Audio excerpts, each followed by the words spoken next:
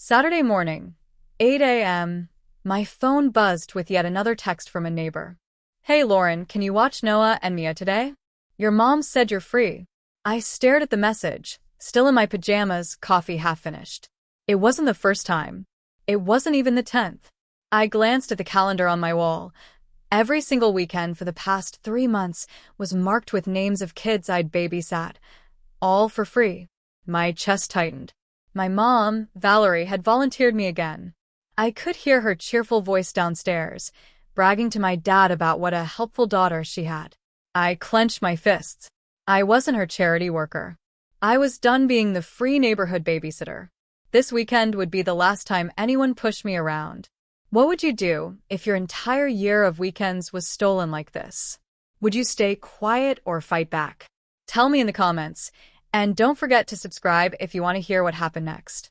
Before all this, my weekends were sacred.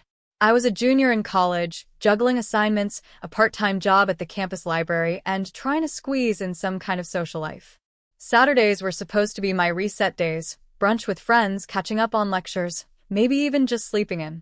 My mom, Valerie, was the kind of person everyone in the neighborhood adored. She had that perfect PDA mom energy, always smiling, always organizing bake sales, always offering help.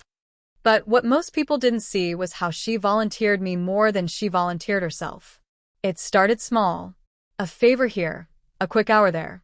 Then one afternoon, I came home early from class and heard her on the phone with Mrs. Parker from next door. "Oh yes, Lauren will watch them every Saturday. She doesn't mind at all. Keeps her busy." I froze in the hallway, heart pounding. Every Saturday? When she hung up, I confronted her.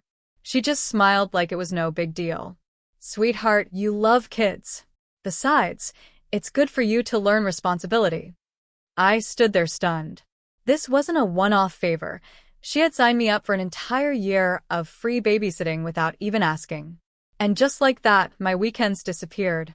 The first few weekends, I told myself it wasn't a big deal. I could still make plans in the evenings. But slowly, the resentment started to creep in.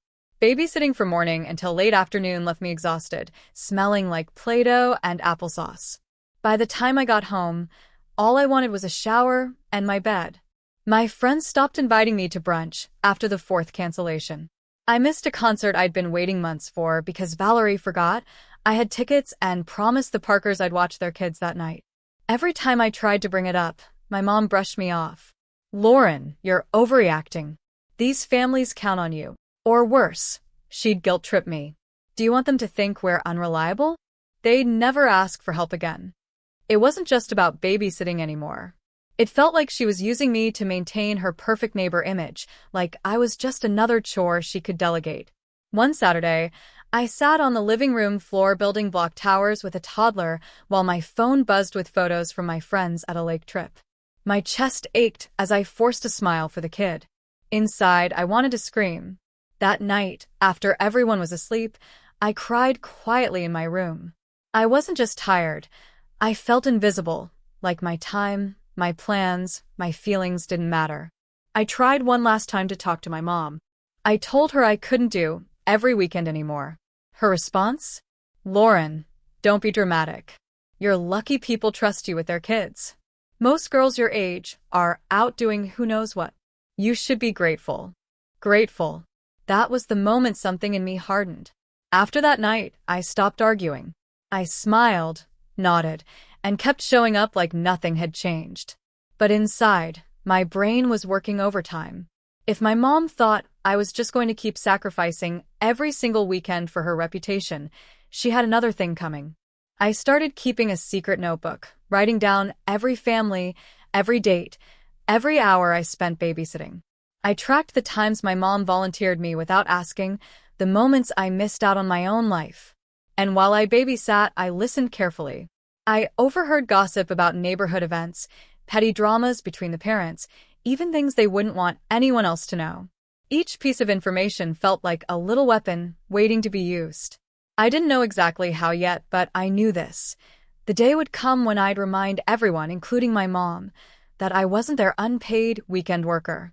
And when it did, I'd make sure no one could ever take advantage of me again. My opportunity came sooner than I expected.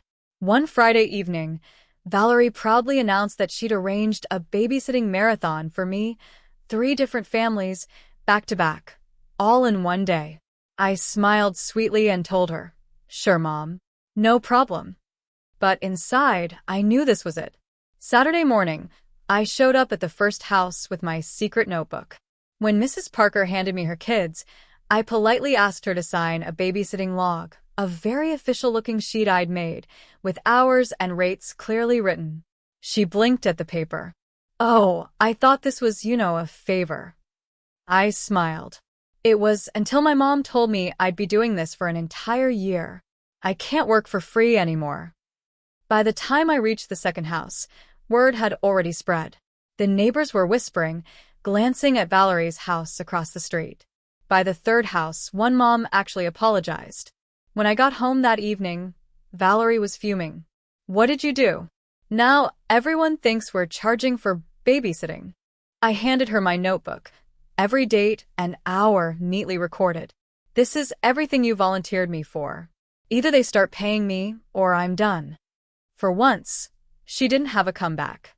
Her face turned red, then pale. That night, my phone buzzed with messages, neighbors offering to pay for my time, even telling me I deserved a break. For the first time in months, I felt like I had taken my life back. That night, lying in bed, I didn't feel guilty, not even a little.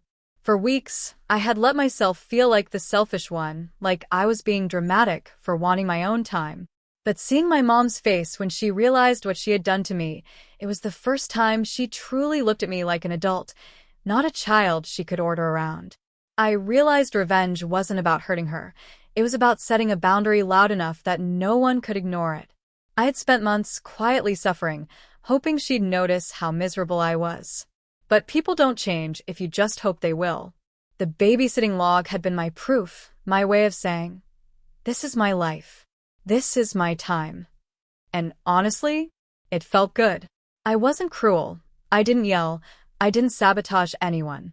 I simply forced everyone, my mom included, to respect me. If anything, it brought a strange peace between us.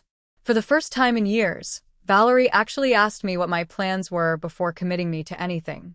I learned something huge that day. Sometimes you have to teach people how to treat you, even the ones you love most. After that weekend, everything changed.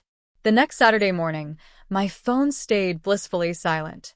No last-minute texts, no knocks at the door, no kids waiting in the driveway. Instead, I slept in until noon, made myself pancakes, and went hiking with my best friend, Kaylee. I hadn't felt that free in months. The neighbors eventually adjusted too.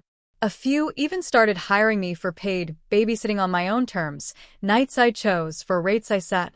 And when I didn't feel like it, I just said no. No guilt. No explaining. My relationship with my mom took time to heal. At first, she sulked. Then, slowly, she started asking my opinion before saying yes to anything. It was strange. But for once, I felt like she respected me. My weekends were mine again. I started a small online tutoring gig, saved some extra cash, and finally joined my friends on their lake trip the following summer. Looking back, I realized that standing up for myself hadn't ruined my mom's reputation. It had simply made her see me as more than her helpful daughter. And honestly, I liked the version of me who refused to be taken for granted. Sometimes revenge isn't about getting even. It's about getting free. For me, it wasn't about punishing my mom or embarrassing the neighbors. It was about taking my weekends, my voice, and my choices back. If you've ever felt like someone was using you, I hope my story reminds you that you're allowed to say no. You're allowed to set boundaries, even with family. So tell me, what would you have done if you were in my place? Would you have stayed quiet or fought back like I did? Share your thoughts in the comments, and don't forget to subscribe for more stories.